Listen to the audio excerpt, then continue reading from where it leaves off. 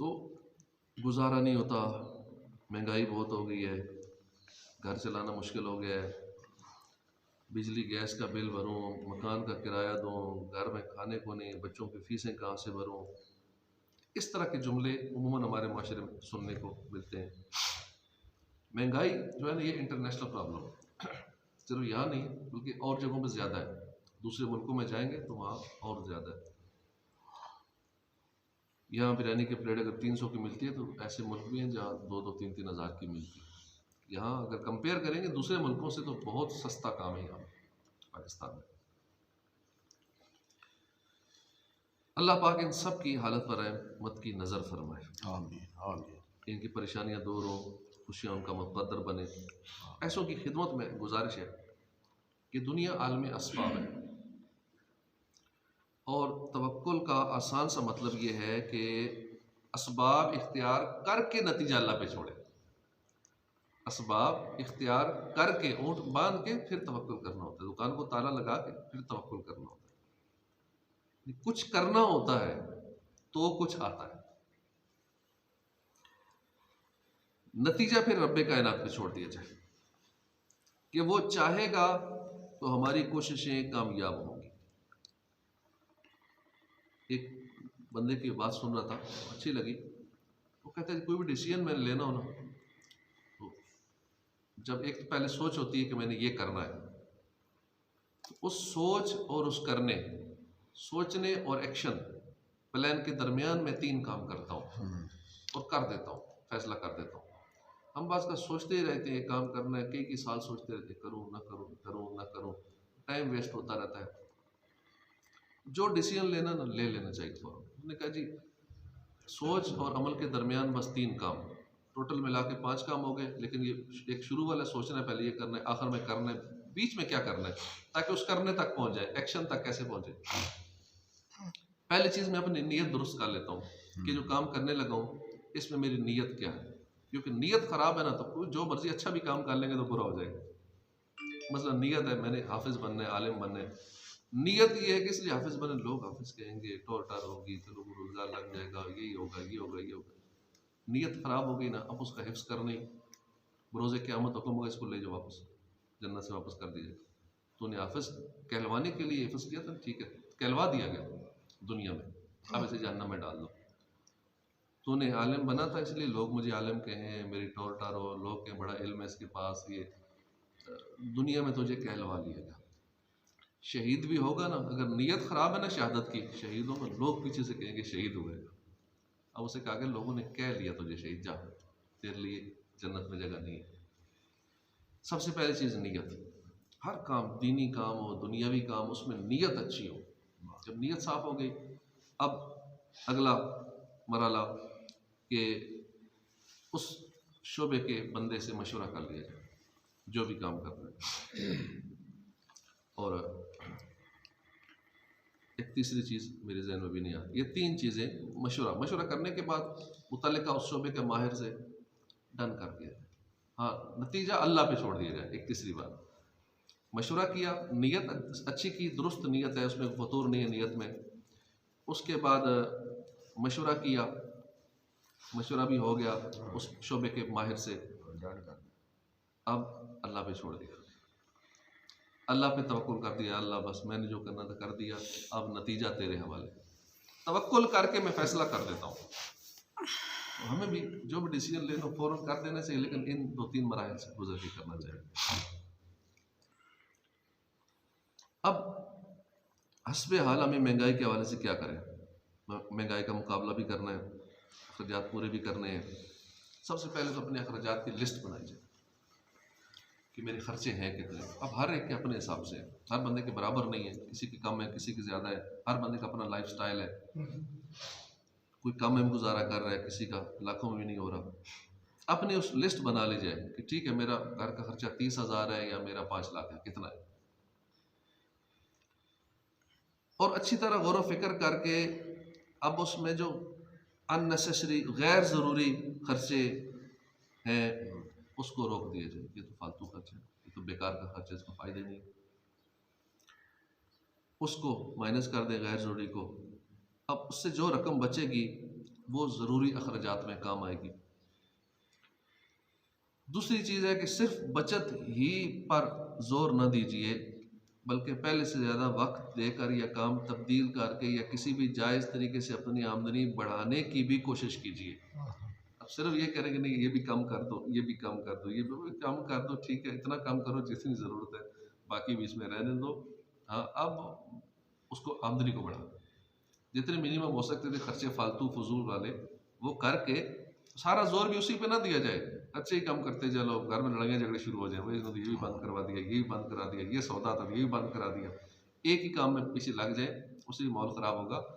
अब आमदनी बढ़ाने के तरीकों पर भी गौर किया जाए और उसकी कोशिश की जाए, इससे भी मसाइल हल होना शुरू हो जाएंगे।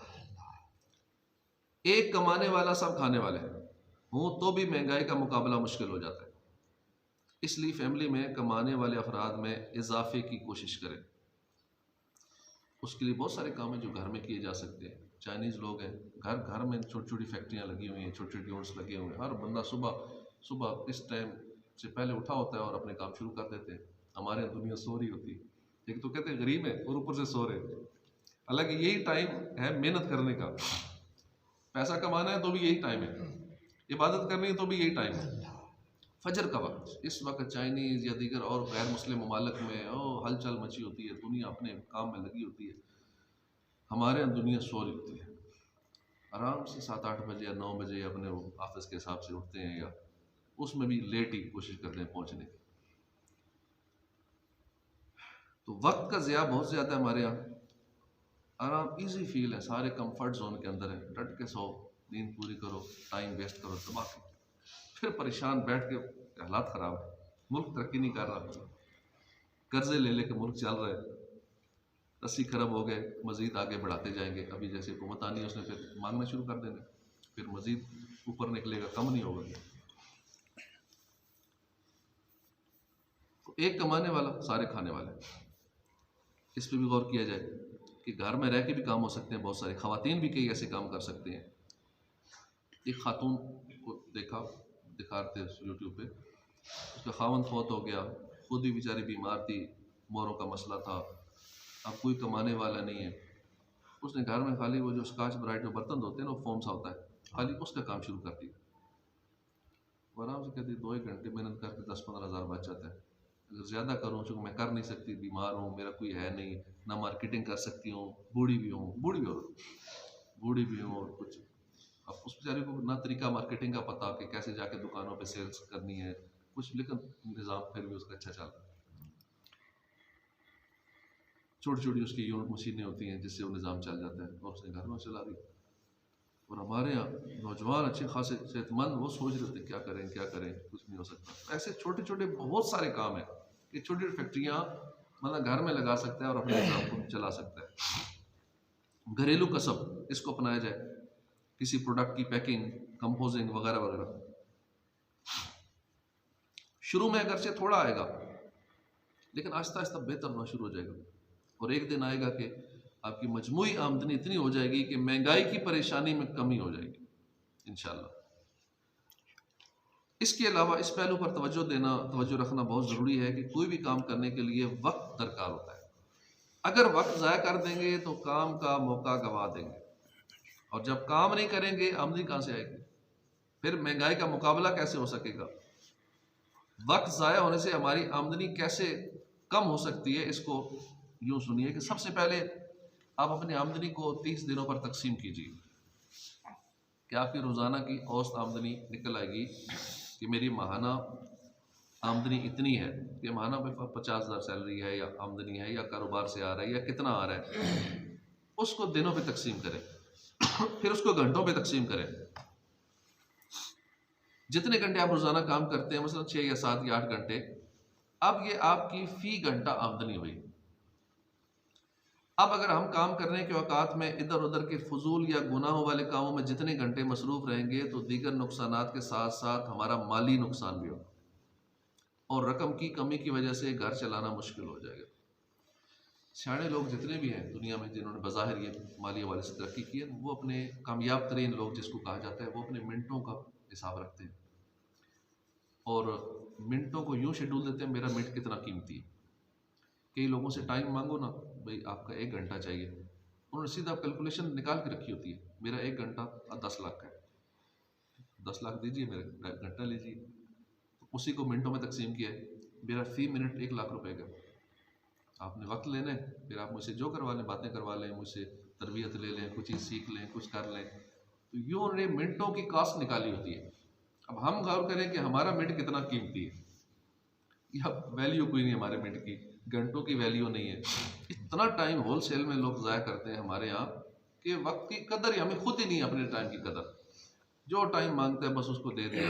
हमें ना कहना भी सीखना चाहिए कि जो जिधर कहे हमारा टाइम वेस्ट करे, या वैसे कोई ज़रूरी काम भी कहे, लेकिन हमने जो कि अपना स्केड्यूल बनाया हुआ है, हम उसको क्यों डिस्टर्ब करें। इसलिए बहुत सारे कामों में ना कहनी होती है कि माजरत जनाब मेरा तो ये, खाली ये ना बताएं कि मैं बहुत मसरूफ़ हूँ, बहुत मसरूफ़ हूँ, इससे भी लोग फील करते हैं यार पता नहीं क्या करता है, क्या मसरूफियत है। बता दिया जाए यार मेरा ये टाइम इस चीज़ का है, ये मेरा नमाज का टाइम है, ये मेरा तिलावत का टाइम है, ये मेरा ज़िक्र अज़कार का टाइम है, ये तो मेरा वाक का टाइम है, ये मेरा खाने का टाइम है। अच्छा मुझे ये टाइम दे दें यार, उस टाइम तो मेरा फ़लाँ टाइम है, अच्छा वो वाला टाइम दे दें, नहीं तो इतने बजकर इतने मिनट पे तो मैं ये कर रहा होता हूँ। अब अगला भी समझ जाएगा, नाराज़ भी नहीं होंगे यार वाकई इसका तो एक एक मिनट किसी काम में गुजर है, तो यूँ नाराज़गी भी नहीं होंगे और काम भी हो जाएगा और आपका टाइम भी वेस्ट नहीं होगा। अब जैसे शादियों में जाते हैं, टाइम होता है शाम 6 बजे का, रात 10 बजा देते हैं, कितना टाइम वेस्ट करते हैं। इसी तरह और जगहों में देख लें, जहाँ जहाँ हमारा टाइम वेस्ट हो रहा है ना, उस टाइम को बचाएं, उस टाइम को बचा के हम किसी प्रोडक्टिविटी में यूज़ करें। अच्छी नीयतों से अगर ठीक है माल कमाने में यूज़ करते हैं तो भी इबादत है, लेकिन कम से कम ज़िक्र अज़कार में तो इस्तेमाल करें उस टाइम को जो हमारा ज़ाया हो रहा है और आगे पीछे फजूल में ज़ाया हो रहा है। तो पाकिस्तान में ओवरऑल हम टाइम ज़ाया करने में सारे कौम लगी हुई है, वक्त का ज़िया हो रहा है। और जब तक वक्त की कदर नहीं होगी, टाइम मैनेजमेंट के जो मर्ज़ी लेक्चर सुन लें, जो मर्ज़ी कुछ कर लें, उसका कोई फ़ायदा नहीं होगा। तो हम काम करने के औकात में इधर उधर के फजूल या गुनाह वाले कामों में जितने घंटे मसरूफ़ रहेंगे, तो और जो नुकसान होगा, माली नुकसान भी होगा, घर चलाना मुश्किल हो जाएगा, महंगाई से भी जान नहीं छुड़ा सकेंगे। अलबत्ता दुनिया और आखिरत में फंसवा ज़रूर सकते हैं। मसलन अपना काम छोड़ कर कई घंटे स्टेडियम या टीवी पर मैच, फिल्म, ड्रामे, म्यूज़िक प्रोग्राम, दीगर सोशल मीडिया मसरूफ़, यानी एक चीज़ में घुसते हैं व्हाट्सएप में, तो यही जान नहीं छोड़ता। घंटा दो तो ये ले जाते, इसका मैसेज, उसका मैसेज, ये ग्रुपों में मैसेज, आगे से बंदा आगे पता नहीं कहाँ निकल जाता है। खाली यूट्यूब खोला तो ये बंदे को ऐसी डिस्ट्रैक्शंस हैं, ये सारी टिकटॉक, यूट्यूब, ये सारी, ये किसी मकसद के लिए खोलना चाहिए और पहले से तय कर लें कि मैं भी क्यों देखने लगा हूँ ये, वरना ये हमें कंट्रोल करेगा। हम अगर इसे कंट्रोल नहीं करेंगे ना, ये हमें कंट्रोल करेगा। इधर से इधर एक और वीडियो बीच में आ गई, अच्छा उधर से उधर, उधर उधर, अब तो ऐसा हो गया कि ये हमारे नफ्सियात को हमसे ज़्यादा ये समझ गए। घर वाले या बीवी इतना नहीं समझती शोहर को जितना ये समझ गए हैं बंदे की नफ्सियात को। यहाँ तक कि जो आंखों की पुतली है ना, ये हमारी स्क्रीन पे किस कोने में है, किस जगह है, उसको भी ये नोट करते हैं और फिर हमारे माइंड को समझ जाते हैं कि इसकी नज़र फलां जगह है, कि पूरे स्क्रीन पर इधर गंदा इश्तिहार था, इधर ये था, इधर ये था, इसकी वो पीपल्स, ये आइज़, ये कहाँ पे टच हो रही हैं, उसको नोट करके हमारी नफ्सियात तक पहुँच जाते हैं। अब उसको फिर ऐसे ही इश्तिहार दिखाते हैं, उसको वही ऐड दिखाते हैं। जब कोई ऐड चलाता है ना, तो कि मेरे प्रोडक्ट जो है एग्जैक्ट टारगेट तक पहुँचे, वो उसी टारगेट तक पहुँचाते हैं जिसके टारगेट को वो समझ चुके हैं। हमारी नफ्सियात को, हमारे सारे मामलात को वो कंट्रोल कर रहे हैं, उनके पास हमारा सारा डाटा है। तो इसलिए हम पहले से तय कर लें कि मोबाइल क्यों देखना है, मकसद पूरा हो गया और टाइम रख लें, इससे ज़्यादा नहीं देखना। व्हाट्सएप इतने घंटे यूज़ करना है या इतने मिनट करना है, वो भी ज़रूरी काम, ऐसे नहीं फजूल, इस काम के लिए। अच्छा फेसबुक क्यों करना है, इस मकसद के लिए, इतनी देर के लिए। टिकटॉक क्यों करना है, इस मकसद के लिए, इतनी देर के लिए। यूट्यूब इतनी देर के लिए, अगर कोई काम है तो, अदरवाइज नहीं करना, वरना इसमें ऐसे डूबेंगे पता ही नहीं चलेगा कि मैं शुरू कहाँ से हुआ था, किस मकसद के लिए खोला था और पता नहीं निकला कहाँ जाके, समझ नहीं लगती। फिर दोस्तियाँ, यारियाँ, रिश्तेदारों की गैदरिंग्स, ग़ीबतें, चुगलियाँ, तोहमतें, इसी में सारा दिन लगे रहते। अब इन कामों में जब वक्त ज़ाया कर देंगे तो फिर महंगाई का रोना तो रोएंगे, क्योंकि टाइम ज़ाया कर रहे हैं। उस टाइम में तो इनकम कर सकते थे, हम कमा सकते थे, वो टाइम हमने वेस्ट कर दिया। जब टाइम वेस्ट कर दिया तो ठीक है, फिर परेशानी होने, आमदनी नहीं, आमदनी तो वाकई नहीं होगी, आमदनी के तो वक्त ही नहीं दिया, तो कौन उसकी आंखों आंसू पोंछने के लिए फिर आगे बढ़ेगा जो महंगाई का रोना रोएगा। फिर इसी तरह हमें और बहुत सारी प्लानिंग इस हवाले से करनी चाहिए कि हमने माहाना कौन सी चीज़ें लेनी है वो एक ही बार महीने में ले लें, थोड़ी अच्छी सस्ती पड़ जाएंगी। अच्छा, 3 माह में कौन सी आइटमें लेने वाली हैं वो एक ही बार 3 माह की इकट्ठी ले लें, सस्ती पड़ जाएंगी। मजबूरन डेली की कौन सी हैं ये वाली हैं, वीकली कौन सी हैं ये वाली हैं। इस तरह का प्लान करके थोड़ा चलेंगे तो इंशाल्लाह थोड़ा ये परेशानी महंगाई वाली कम हो जाएगी। अल्लाह पाक आसानियाँ फरमाए। आमीन बिजाह नबी अमीन सल्लल्लाहु अलैहि वसल्लम।